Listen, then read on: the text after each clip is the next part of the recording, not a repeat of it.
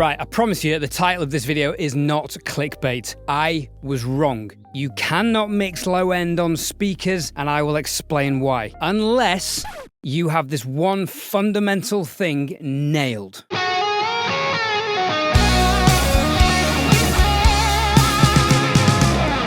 Hi, I'm Thorne. It's been a while, but it's good to see you again. If you've watched this channel for a while, you will have seen me documenting my journey through various sets of speakers, subwoofers, speaker design, speaker placement, room correction system, endless crossover combinations, room acoustics, and acoustic treatment. I have rabbit-holed this subject for over 18 months since purchasing the PSI A23s, and I documented the journey in this playlist below. For me, the low end directly affects how I mix the top end, and therefore how I mix vocals. So the success of a mix hugely hinges on getting the low end right.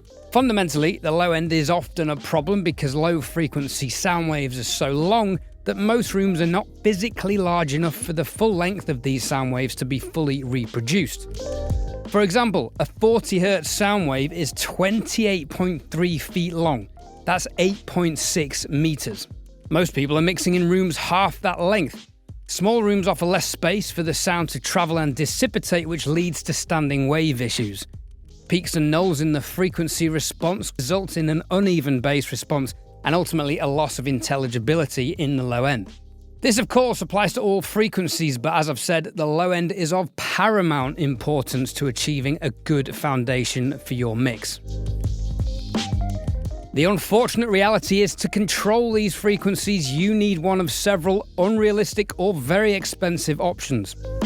You can build a wall of acoustic treatment at the same depth as 1/4 the length of the sound wave you're trying to control. For example, in my room, I have a peak at 40 Hz, so I would need 7 feet of acoustic treatment to sufficiently absorb that frequency. The theory is that once the sound wave goes through that depth of absorption and then reflects off the back wall and back through the absorption again, you've absorbed half a cycle of the sound wave, which will in theory neutralize it.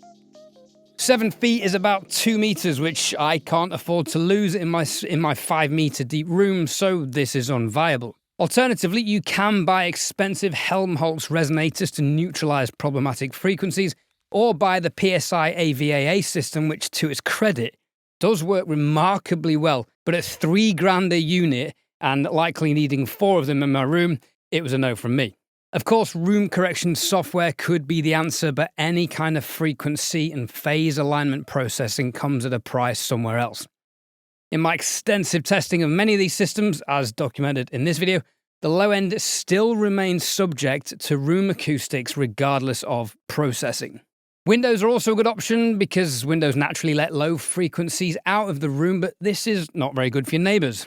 Fully soundproofing a studio so minimal noise escapes is expensive, and then once you've trapped all that acoustic energy inside the room, you have to control how that energy interacts with itself within the room with acoustic treatment, which is also expensive. Sound waves reflect off all interior surfaces in all directions, causing axial, tangential, and oblique modes, which can result in frequency hotspots and nulls. The different frequencies will peak and null at different spots in the room, at different heights, different widths, and different depths, which is why the sound of your audio will change as you move around the room.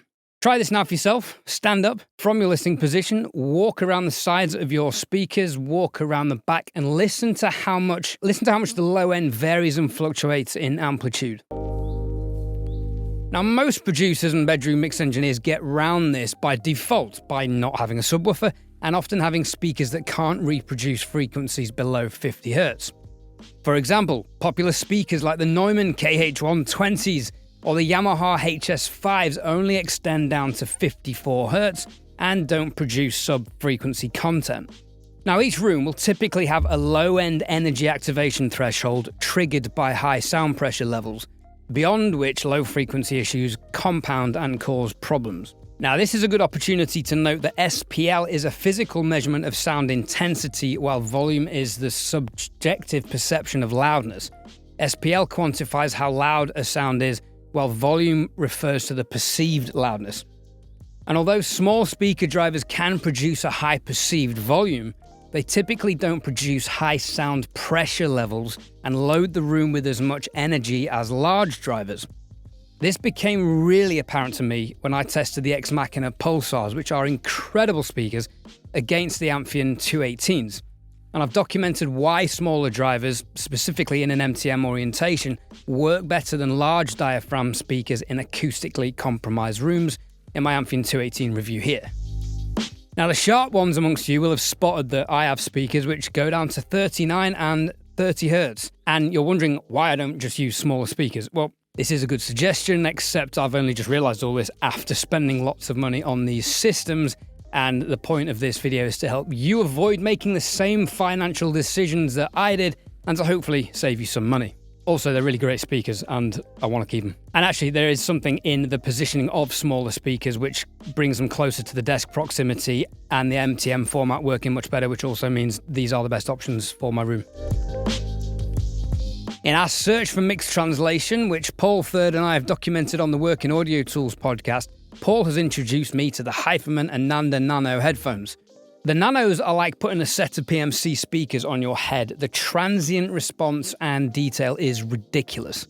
Now, some people will argue whether you can even produce low-end content sufficiently or accurately on headphones because, as we've talked about with speakers, ideally to hear the full resolution of a 40 Hz sound wave, you need a room 28.3 feet long. So how can a driver an inch from your ears produce these frequencies? Well, the reality is planar magnetic headphones can. And the fact is many headphones can produce as low as 5 Hz. The Nanos produce 5 to 55 kilohertz and are the best headphones for judging the low end I have ever heard. And this is because headphones do two things. One, they remove the influence of room acoustics from the equation, which is essential for low-end intelligibility. And two, they mitigate the effects of decay times. I've got my room down to sub 200 milliseconds pretty much across the entire frequency spectrum, which is very low. But as you can see, despite bass trapping and extensive absorption, there is still a resonance in the room at 40 Hz, leading to a longer decay time. And more sustain is not conducive with low-end intelligibility. Headphones remove this problem entirely. And then you're only at the mercy of headphone and headphone amplifier slew rates, which are minimal if you have a half-decent setup. So I started mastering on the ANANDA NANO headphones and instantly became aware of how much more accurate the low end was and how much I could hear the effect of high-pass filters at different decibels per octaves and the influence of phase rotation in the mid-range when moving the high-pass filter, not to mention the distortion levels. So taking this concept from mastering and applying it to mixing, I started doing a lot of mixes on the Nanos. And as Preston Prizzy Reed said on the Working Audio Tools podcast, getting the low end right is the gift that keeps on giving, but getting it wrong is the problem that keeps compounding. This is one of the truest sentiments I've ever heard. Now for me, the low end, as I said earlier, directly affects how I mix the top end. And therefore it affects how I mix the mid-range, but more importantly, it affects how I mix the vocals, which of course are the priority in most mixes. And the Nanos enable me to develop a solid foundation for the mix with the bass and the drums, and then I can gain stage the rest of the mix off the back of this accordingly. If I get the low end right, the rest falls into place seamlessly. This is proving absolutely vital, and now that I've got this process dialed in, my mix translation is the best it's ever been, and hopefully it can be for you too. If you follow the Working Audio Tools podcast, you'll have heard mine and Paul's mixes are better than ever, and a lot of that is because we are able to achieve good translation to many different devices because we're getting the low end right. Now, here's the key. When I go from mixing on the Nanos to listening to the low end on the speakers, any speaker, it has become so unbelievably apparent how unstable and inaccurate the low end is in this room, unfortunately, with a subwoofer and even with Trinnov. And I suspect this is a problem in most studios. Now at this point, I'll remind you about the playlist in the description documenting the extent to which I have research tested room acoustics and acoustic theory and rabbit holed this. Yes, Trinnov is doing some heavy lifting with its room correction algorithms, but fundamentally the room is not right in the low end. Trinnov is a sticking plaster that can get you most of the way there, but this kind of correction always comes at a price somewhere else. This is also documented in the playlist. And for those shouting at the screen, get a better room then. Guys, like I live in London, this just isn't economically possible. Proper studios are small, they're ridiculously expensive, and they're not acoustically treated or isolated, and I definitely can't play drums in them, so this practically just isn't an option. This is by far the best situation I can find for the money in London, especially given I need to record drums and vocals as well as mixing and mastering. The reality is the low end is so fundamentally important, and most rooms are simply not set up for getting this right. So if you're struggling with the low end in your room and you're thinking of getting a subwoofer, my advice is this: save yourself the money. Don't buy a subwoofer and don't buy Trinnov. Buy Arc Studio from IK Multimedia for your top speakers, because that does a fantastic job for a fraction of the price.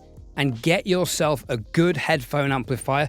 I suggest anything from Topping and the Hifiman ANANDA NANO headphones. Bear in mind, I'm not getting paid to say this in this video. This is just how good I think these are for the low end. And that's not to say Trinnov isn't outrageously good. It is, especially if you're running multiple speaker combinations like I am, and you still want to reference and mix on speakers like I do alongside headphones. My point is that even with Trinnov, there will still be problems in most rooms that headphones mitigate. Now, there's nothing to say you can't mix the low end on headphones and mix the rest of it on speakers. I do a lot of that as well. I'm about 50-50. But the fundamental point of this video is, unless you are in a highly accurate, acoustically treated room with very good low end intelligibility, it is my opinion that you cannot mix accurately on speakers, specifically in the low end. On that bombshell, leave your thoughts in the comments below. And if you want to hear how professional mix engineers deal with room acoustics and mix in questionable rooms, check out the interviews playlist on the Working Audio Tools podcast, link below. In the meantime, I've been Ed Thorne. It's good to be back on YouTube. Be kind to one another. This has been emotional.